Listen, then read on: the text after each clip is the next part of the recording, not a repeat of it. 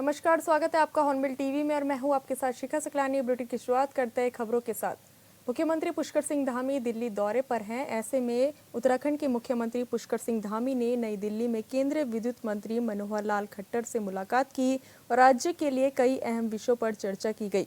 मुख्यमंत्री ने ऋषिकेश, हरिद्वार और अन्य तीर्थ क्षेत्रों में आगामी कुंभ 2027 को ध्यान में रखते हुए बुनियादी ढांचे के विकास और आवास योजनाओं से जुड़े विषयों पर केंद्र सरकार से सहयोग का अनुरोध किया। मुख्यमंत्री ने ऋषिकेश के गंगा कॉरिडोर में HTLT विद्युत लाइनों के भूमिगतकरण और स्वचालन से जुड़े 547.83 करोड़ की DPR और को RDSS योजना के अंतर्गत स्वीकृति प्रदान करने के लिए केंद्रीय मंत्री का आभार जताया। साथ ही हरिद्वार कुंभ क्षेत्र के लिए 315 करोड़ के समान प्रस्ताव को भी RDSS योजना में सम्मिलित करते हुए शीघ्र अनुमोदन का अनुरोध किया।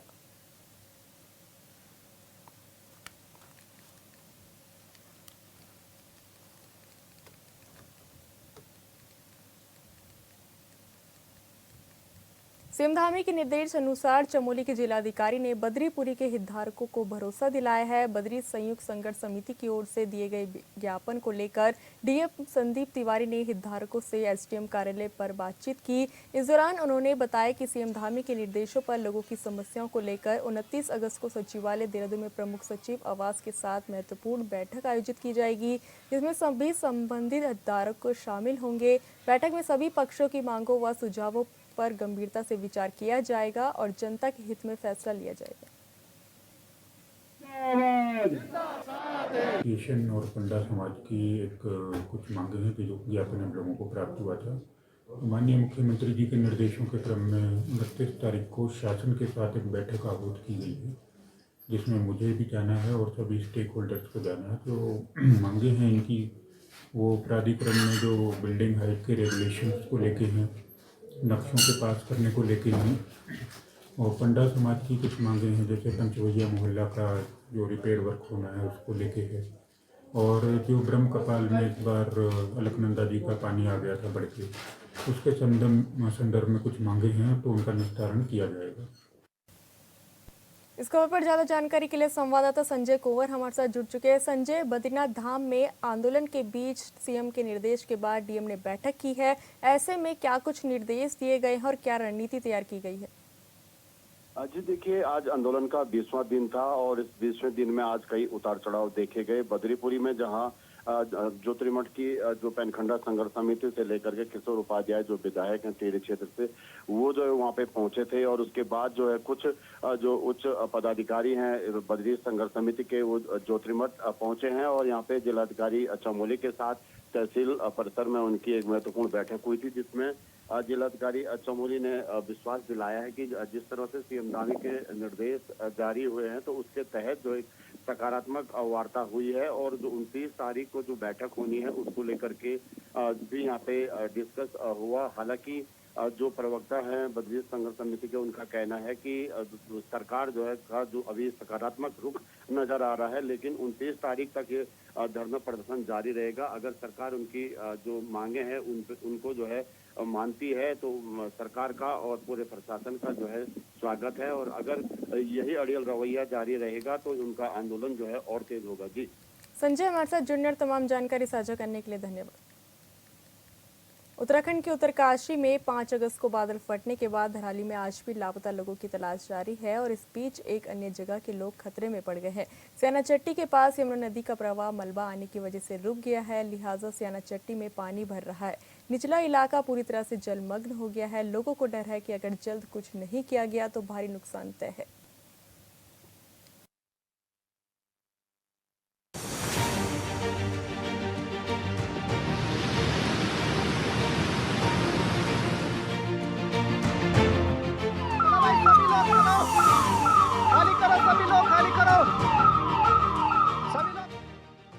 तस्वीरें उत्तरकाशी के यमुना वैली की हैं, जहां मलबा आने की वजह से यमुना नदी का प्रवाह रुक गया है और सयाना चट्टी के पास झील बन गई है।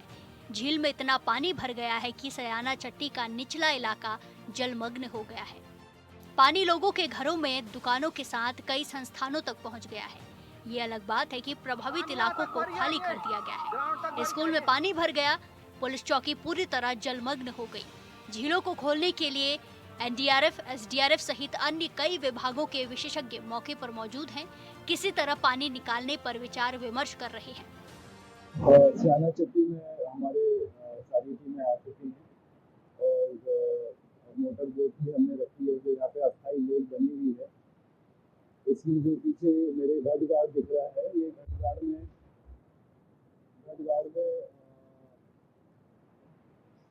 बार बार स्लाइड होने की वजह से जैसा आप देख पा रहे हैं तो वो रिवर को ब्लॉक कर रहा है। इसी की वजह से इसमें अस्थायी झील बन गई है। इसको हम काफ़ी समय से हम मशीनों से खुलवा रहे थे, लेकिन कल शाम ज़्यादा आने की वजह से ये दिक्कत पैदा हुई। अभी पानी करीब 1 मीटर नीचे हुआ है। हमने अपने तकनीकों का इस्तेमाल करते हुए नदी को खोला है, उसको थोड़ा डिस्चार्ज बढ़ा है उसका, लेकिन अभी थोड़ा समय और लगेगा इस पर काम करते हुए। तो टीमें हैं यहाँ पे और इस तरह का अभी कोई इशू नहीं है। हाँ, जो पानी में प्रॉपर्टी सबमर्ज हुई है उन लोगों को कल रात ही हमने इवैक्यूएट कर दिया था, सेफ जगह पे है, सुरक्षित है और अभी हम लोग मौके पे हैं, नजर रखते हैं। जानकारी के मुताबिक सयाना चट्टी में यमुना नदी में बनी झील का जलस्तर बढ़ने के बाद वहां पर मौजूद करीब 60 लोगों को सुरक्षित स्थानों पर शिफ्ट किया गया है। दूसरी ओर उसके नीचे कुथनौर सहित खरादी में मौजूद लोग भी अपने गांवों की ओर चले गए हैं। वहीं यमुनोत्री हाईवे पर सयाना चट्टी पर बना मोटर पुल भी झील के जलस्तर में डूब गया है। लोगों का कहना है कि गड़गाड़ गदेरे से मलबा आने के कारण यमुना नदी का प्रवाह बाधित होने से सयाना चट्टी में एक अस्थायी झील बन गई है। निकासी बाधित होने से जल भराव लगातार बढ़ता जा रहा है। सयाना चट्टी में अभी वर्तमान में हमारी सारी टीमें वहाँ पे मौजूद है। जिलाधिकारी महोदय भी मौके पर मौजूद है, निरीक्षण कर लिया गया है और वर्तमान कल रात के स्तर से लगभग 3 से 3.5 फीट जलस्तर कम हुआ है और जो कि डेंजर लेवल से अभी नीचे है जलस्तर। और CWC की टीम भी लगातार निगरानी कर रही है। तो दोनों क्षेत्र लगातार हमें अपडेट मिल रही है। बाकी वो स्थानीय लोगों को सुरक्षित दूसरे स्थानों पर जो शिफ्ट किया गया है उनके लिए अध्ययन की और कम्युनिटी किचन स्थापित किए गए हैं और हमारे जो जितने भी रेस्क्यू वर्कर्स हैं वो कंटिन्यूसली वहाँ मॉनिटर सिचुएशन को मॉनिटर कर रहे हैं और किसी भी आपात स्थिति के लिए तैयार है। जिला प्रशासन के मुताबिक बारिश और धूप के बीच सयाना चट्टी के दाईं ओर से बहने वाले कुपड़ा खड्डा में मलबा पत्थर ने यमुना नदी के बहाव को प्रभावित कर झील बना दिया है। वहीं सिंचाई विभाग पोकलैंड मशीनों से नदी के जल प्रवाह को चैनलाइजेशन किए जाने का कार्य कर रहा है, लेकिन कुपड़ा खड्डा के रौद्र रूप ने यमुना नदी के चैनलाइजेशन कार्य को प्रभावित कर दिया है, जिस कारण झील बन गई है और लोगों के घर जलमग्न हो गए हैं। जिलाधिकारी महोदय के निर्देश में वहाँ पे खाद्यान्नों का भंडारण किया जा रहा है। एम्बुलेंस और जितनी आवश्यक दवाइयाँ उनका भी भंडारण किया जा रहा है और सभी अधिकारियों को अलर्ट रहने के निर्देश दिए गए और वहाँ पे तैनात रहते हुए सभी कार्य पूरे करने के निर्देश दिए गए। निचले क्षेत्रों में भी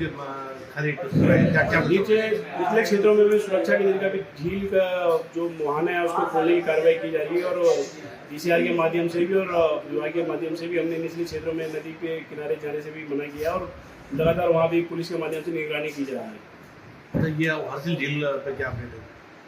हर्सिल झील पे वहाँ का जलस्तर सामान्य स्तर पे बना हुआ जो झील बनी थी और पानी की निकासी भी साइड से हो रही है और बरसात नहीं, पिछले 2 दिनों से बरसात नहीं हुई है हिमालय क्षेत्रों में, तो उसके जलस्तर में भी कमी आई है और सोनगाड़ में जैसे ही मशीन का कार्य पूरा होगा मशीन तो जल्दी से जल्दी हमारी पोकलैंड मशीन वहाँ पहुँच के झील को खोलने का कार्य करेंगे।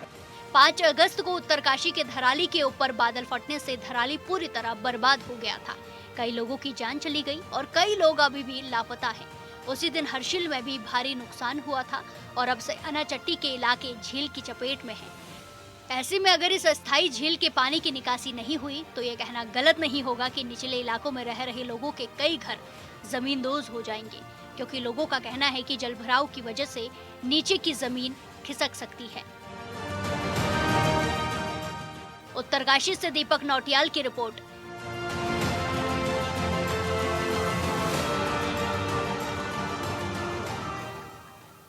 कांग्रेस के वरिष्ठ कांग्रेसी नेता और पूर्व कैबिनेट मंत्री हरक सिंह रावत देहरादून कांग्रेस कार्यालय में आयोजित एक कार्यक्रम में पूरे जोश में नजर आए।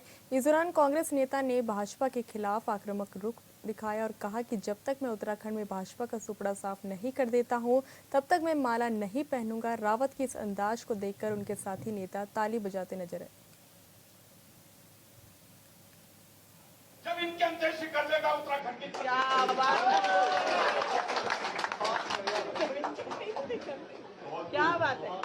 बिल्कुल मैंने कसम खाई है।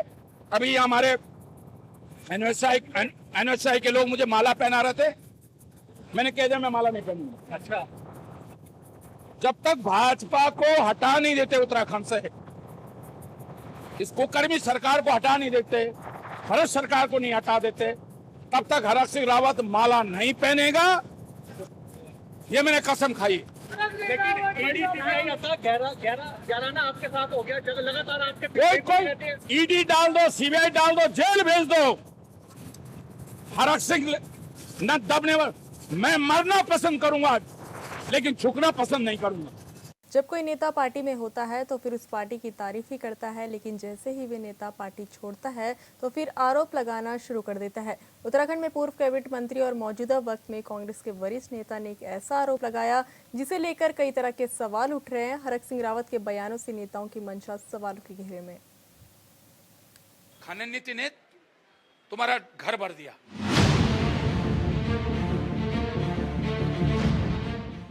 खनन नीति ने उत्तराखंड बीजेपी का भंडार भर दिया है और उस भंडार को भरने में पूर्व कैबिनेट मंत्री हरक सिंह रावत ने भी साथ दिया था।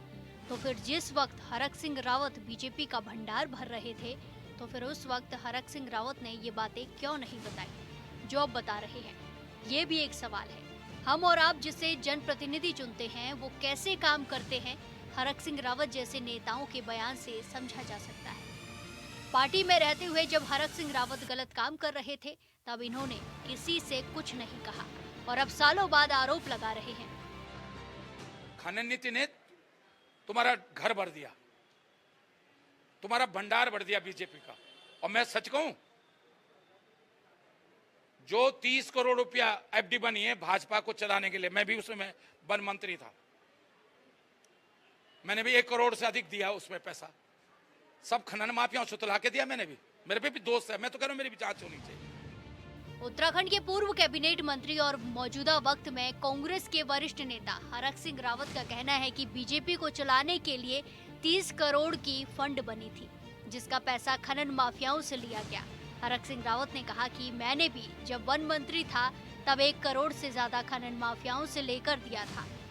30 करोड़ की एफडी में किस किस ने पैसा दिया, ईडी जांच करे तो पूरी बीजेपी जेल में होगी।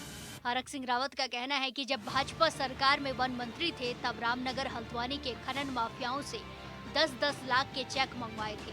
खनन माफियाओं से वसूली कर 1 करोड़ रुपए पार्टी को दिया था। आप जांच करा लो, वो 30 करोड़ रुपया की जो एफडी बनी है भाजपा की जो 30 करोड़ की एफडी बनी है पार्टी चलाने के लिए बैंक में, उसमें किस किस ने पैसा दिया है ईडी जांच कर ले, पूरी भाजपा जेल में होगी अगर ईडी ईमानदारी से जांच कर दे तो। सारे खनन माफियाओं से 10 मैं वन मंत्री था तो मैंने रामनगर में जाके हल्द्वानी में जाके सब जितने खनन के ठेकेदार थे सबसे कहा 10-10 लाख के चेक लाओ। मैंने खुद करा, मैं भी दोषी हूं उस मामले में। वही खनन पट्टों में हुआ है। मुख्यमंत्री की ओर से आदेश हो रहे हैं, सचिव की ओर से आदेश हो रहे हैं, डीएम की रिपोर्ट सेम डेट लग रही है और सेम डेट खनन का पट्टा या क्रेशर स्वीकृत हो जा रहा है।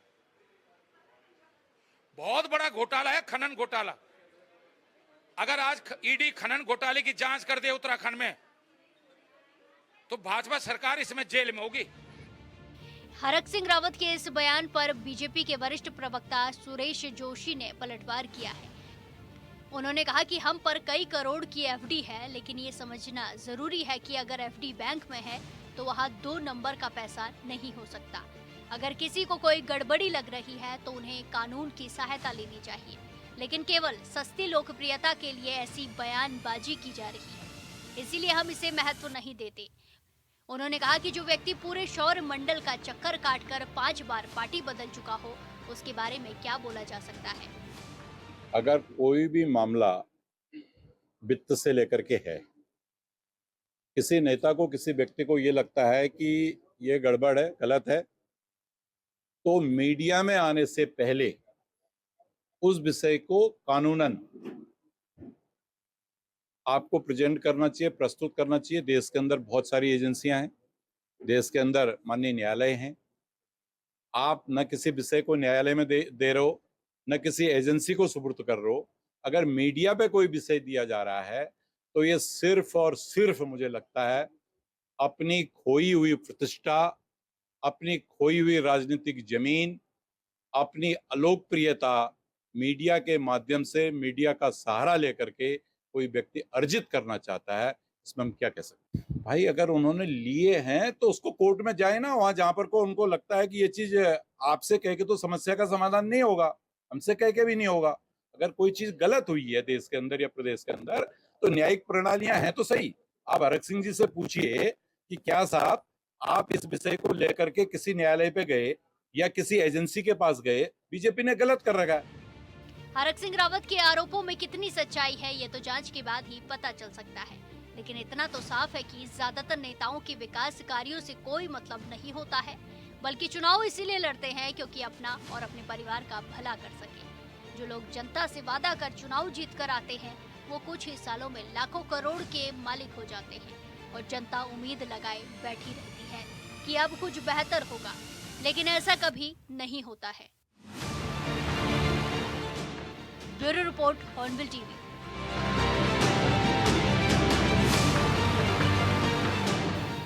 उत्तराखंड सरकार शिक्षा व्यवस्था को ठीक करने के नाम पर हर साल हजारों करोड़ रुपए खर्च कर रही है, फिर भी कई इलाकों में बदलाव नहीं दिख रहा है। उधम सिंह नगर के जसपुर में एक इलाका ऐसा है जहां स्कूल जाने में बच्चों को डर लगता है क्योंकि स्कूल तक जाने के लिए रास्ता नहीं है और मौजूदा वक्त में रास्ते पर पानी भरा है, जिसे पार कर कुछ बच्चे तो स्कूल जा रहे हैं लेकिन कुछ बच्चे स्कूल नहीं पहुंच पा रहे। इस रिपोर्ट में देखिए।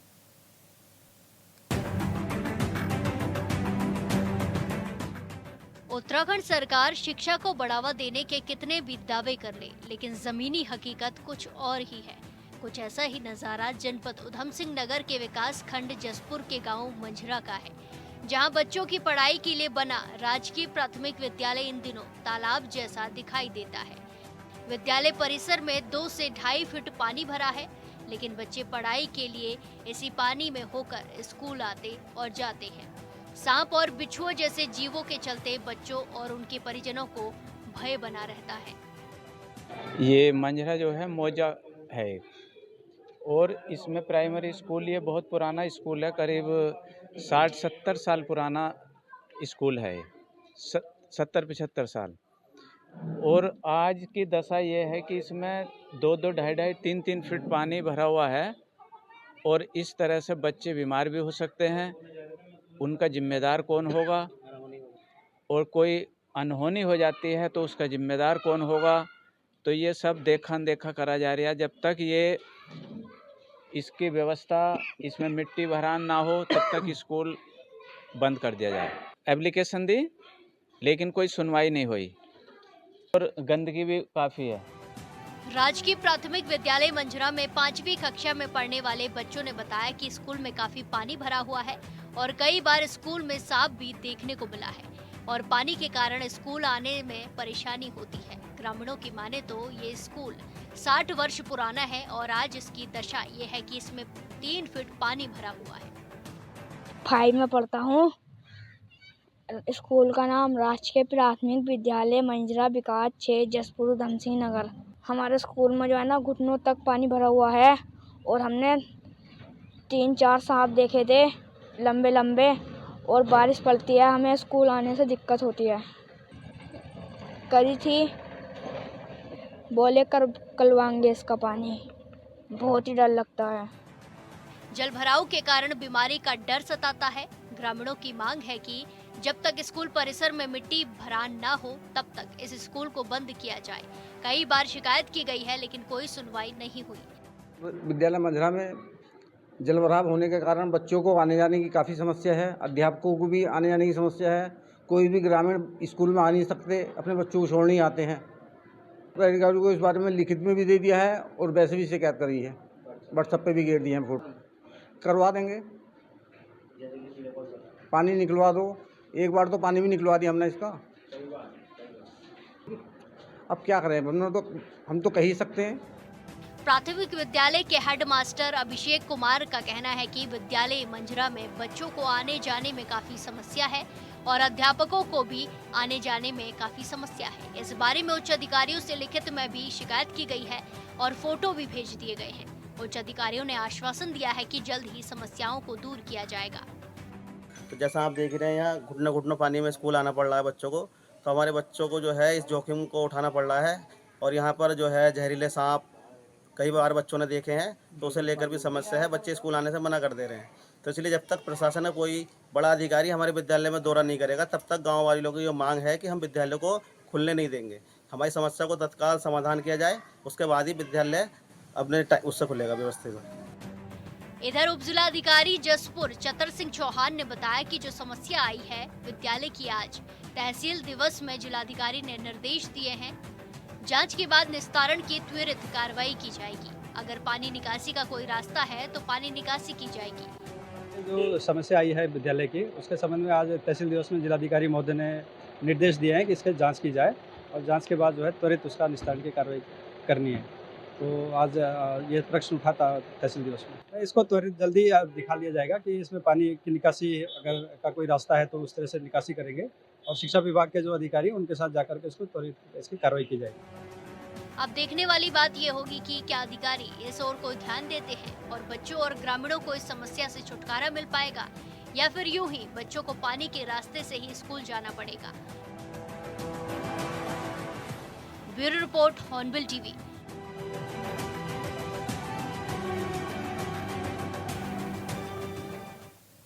फिलहाल इस बुलेटिन में इतना ही। आप देखते रहिए हॉर्नबिल टीवी। नमस्कार।